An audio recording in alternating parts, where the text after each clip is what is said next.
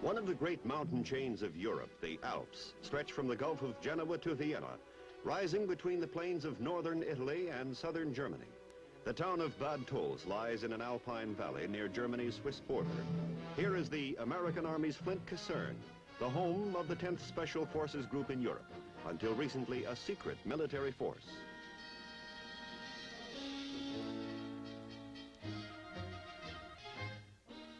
The 10th is one of 3 Special Forces groups located in Europe, in the continental United States, and in the Far East. The primary mission of all Special Forces units is to train and organize guerrilla resistance in enemy-occupied territories. This mission, of course, extends to enemy-held terrain where and when liberation movements develop.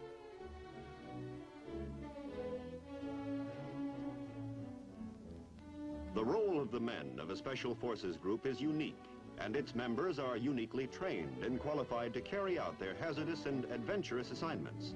Every man is a volunteer who has passed rigorous testing. The average Special Forces team is composed of 2 officers and 13 enlisted men.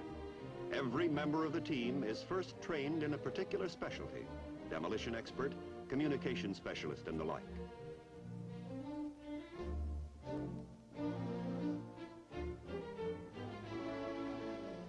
Every member of the team is then cross-trained. Should the demolition expert on a team be injured or captured, every other member of the team could handle the missing man's assignment.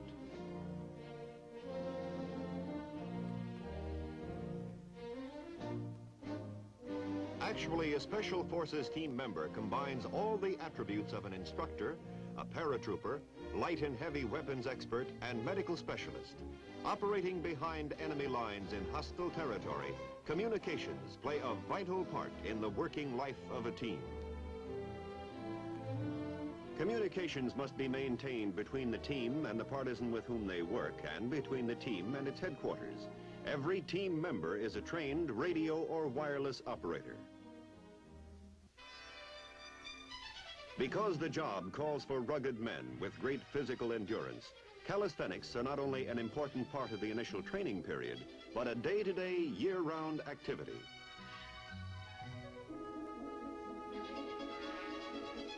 At least an hour a day is spent in muscle building.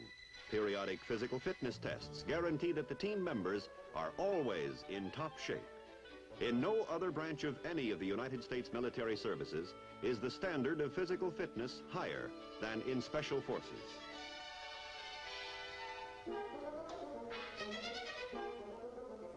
Because the teams are trained as experts in guerrilla warfare, a thorough knowledge of judo is required of the men.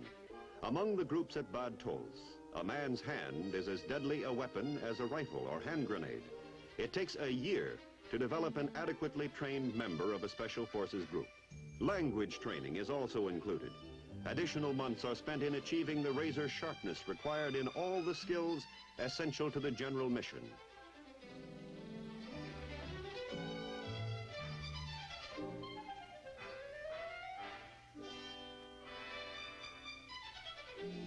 Although the study of underwater diving techniques is not a required part of the training program at Bad Tolz, 100% of the men here have volunteered to add skin diving to their list of specialties.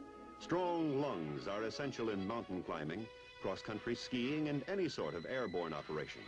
Practice with aqua lungs helps to develop lung power. Underlying the entire Special Forces training program is the cardinal rule: learn to operate in any and all physical environments. In mountains, in snow, in the desert, the jungle, even underwater.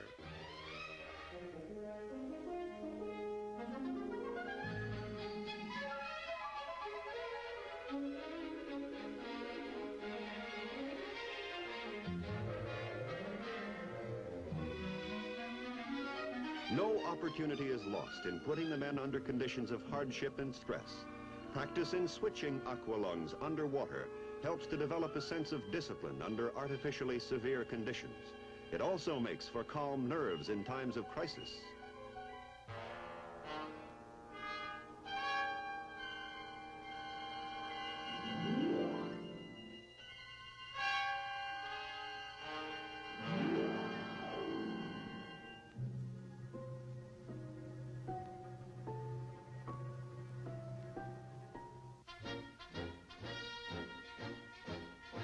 Because of their alpine setting in the area of their operations in southern Germany, mountain climbing skills are demanded of the 10th Special Forces Group. Muscles conditioned by rope climbing in the gymnasium are put into use here on a nearly vertical cliff face.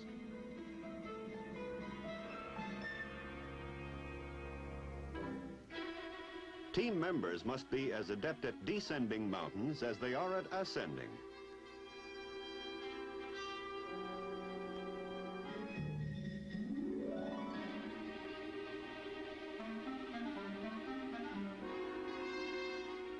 Although they are paratrooping mountain climbing skin divers, the incidence of accidents in Special Forces groups is no greater than that throughout the Army in general. This is solid evidence of the high degree of skill attained by these guerrilla warfare specialists.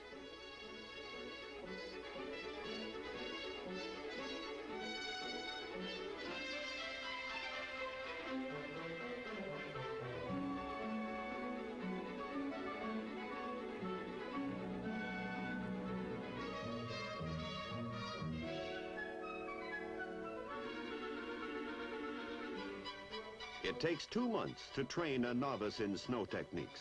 Additional months of practice are needed to make these men experts.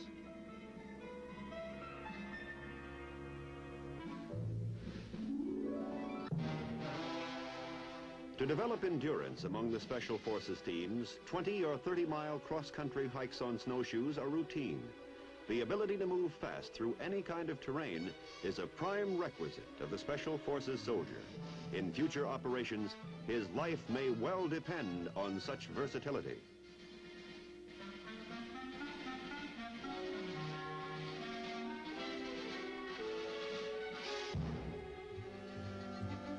Every team member is taught the basics of first aid and emergency medical treatment. More than that, one member of the team is a medical specialist. His rating is far higher than that of the ordinary medic. He is qualified to perform simple operations in the field, such as an appendectomy.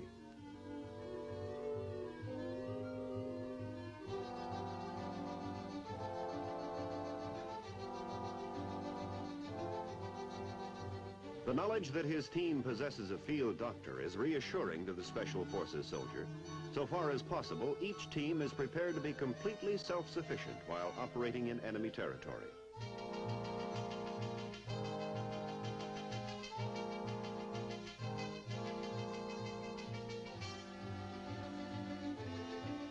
Although there are parachute rigging experts attached to the Special Forces group, every team member is also taught to rig a chute.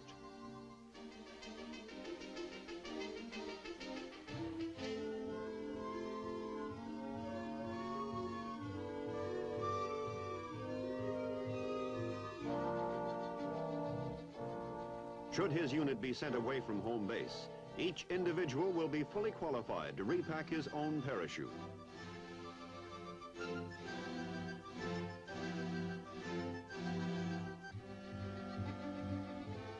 A thorough understanding of how his parachute works gives the jumper added confidence just before diving out of the plane into space.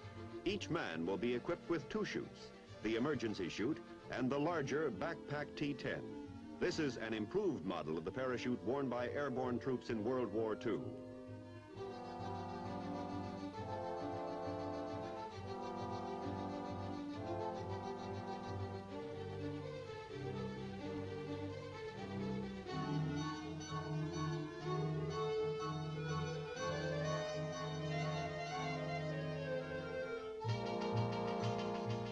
Its larger canopy and improved design make for easier descent, and the increased maneuverability reduces the chances of mid-air collisions.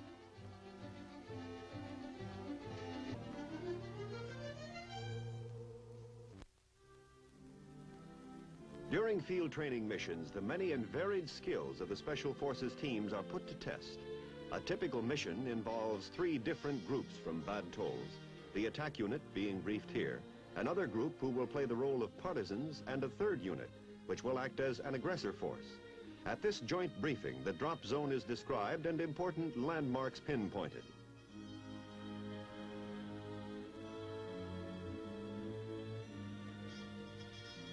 Group leader First Lieutenant Thorne will describe the mission in his own words. At 0400 hours, my team, Killer Group Wolfhound, was shooted up and ready to board. Our mission was to meet with an underground partisan band and to help them destroy a vital railroad bridge in aggressor-held territory. The bridge was nestled in a narrow valley which the Air Force hadn't been able to bomb. Just getting to the bridge site was going to be tough enough.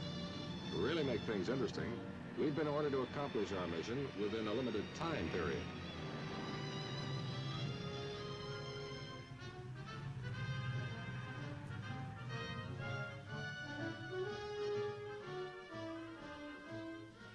The partisans had been told by radio to expect us to land shortly before dawn. We were counting on their meeting us near the drop zone. At 0500, we were nearing the drop zone. From drop time, we had only 7 hours with a lot to do.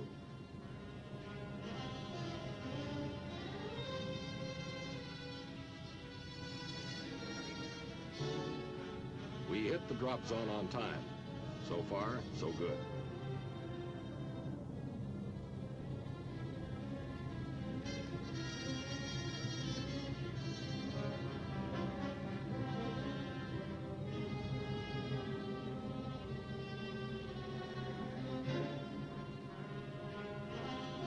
The partisans are right on the spot, ready to give us a hand when we land with our supplies and equipment. With us, we brought skis, radios, weapons, demolitions, and medical supplies for ourselves and the partisans.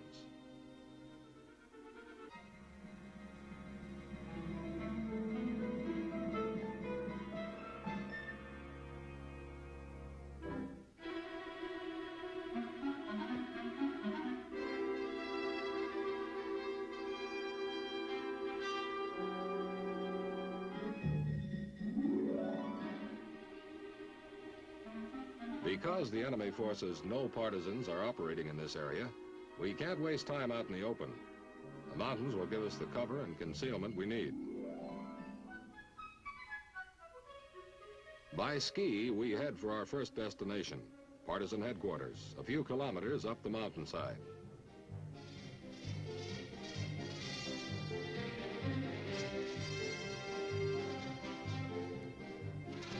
For their headquarters, the partisans have selected an abandoned woodcutter's hut. From the drop zone to here, we haven't passed another building or another person. The hut looks like a perfect jumping-off spot for our mission.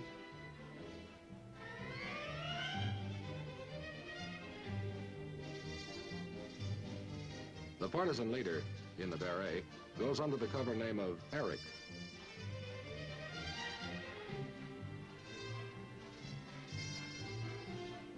As well as demolitions for our primary target, the bridge, we've brought along anti-personnel mines. Because part of our job is teaching, we give the guerrillas a brief course in how the mines operate.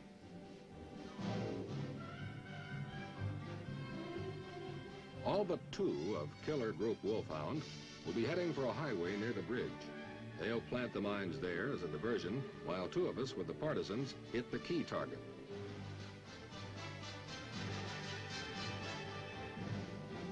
It's 0700 hours when we're ready to leave the hut. 5 hours left to complete the mission. And according to Eric, who speaks English and German, we've got nearly 20 kilometers of rugged country to cover in that time. Eric also tells us that the bridge will probably be heavily guarded.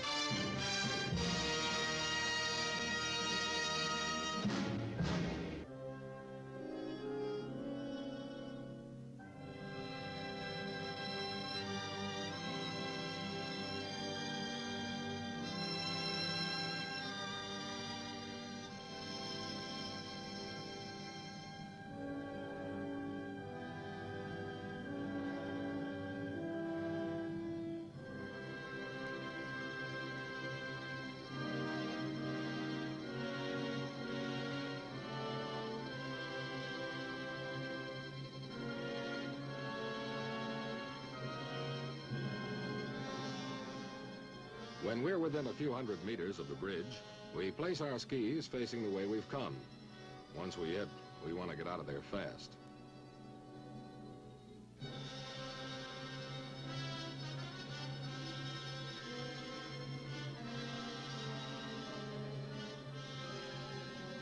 The time is now 11:45 hours. The cross-mountain hike took longer than either Eric or I figured. Now we have less than 15 minutes to line up our operation, strike, and be on our way.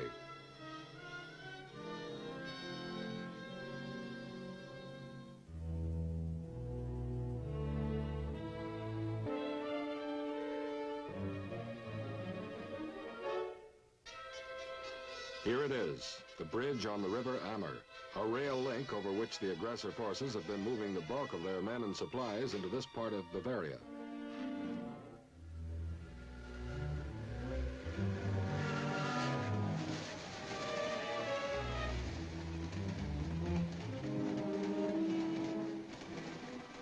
And, as warned, the bridge is heavily guarded.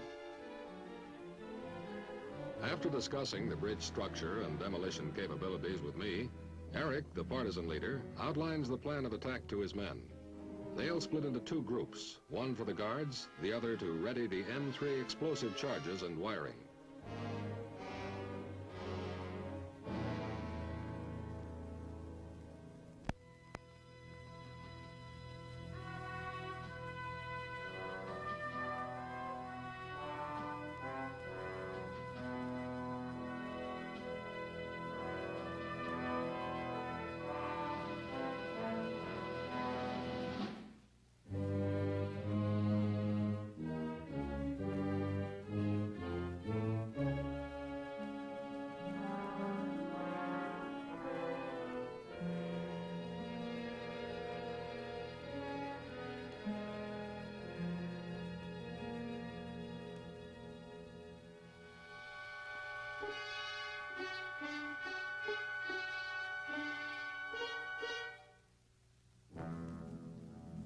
Getting the guards out of the way before they can sound the alarm is going to be one of the ticklish parts of our assignment.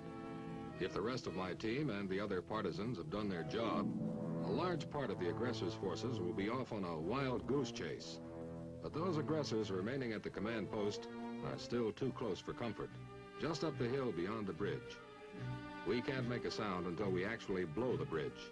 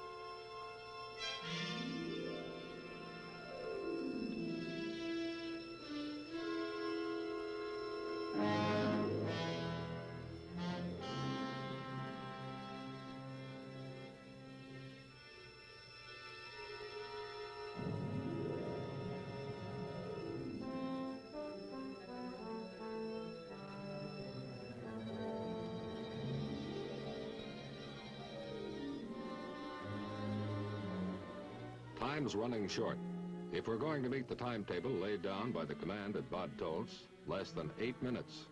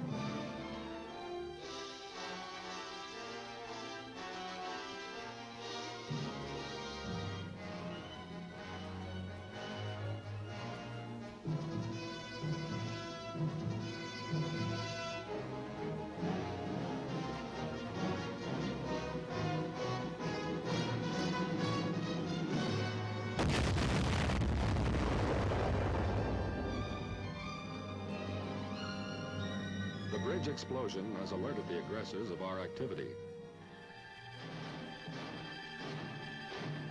They have dogs and men who know the terrain.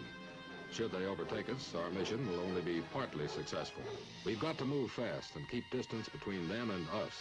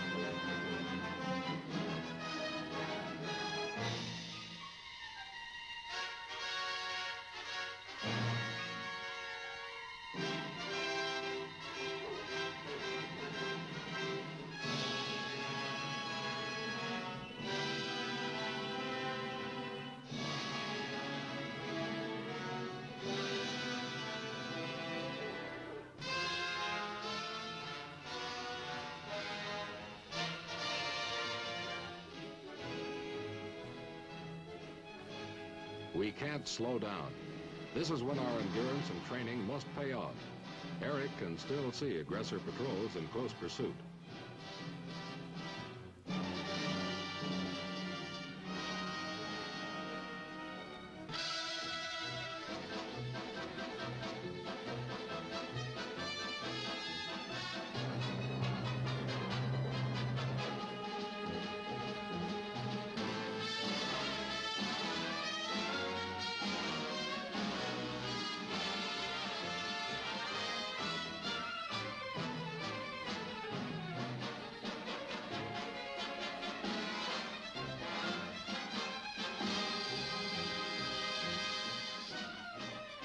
But we've managed to outdistance the aggressors. They'll be forced to withdraw and give up the chase.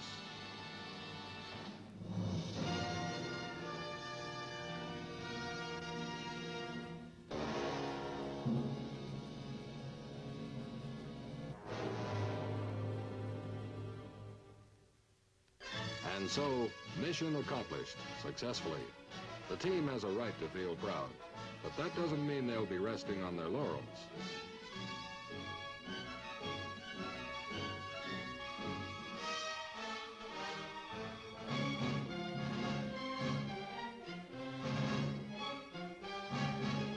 And finally, home again. Flint Caserne at Bad Tolz.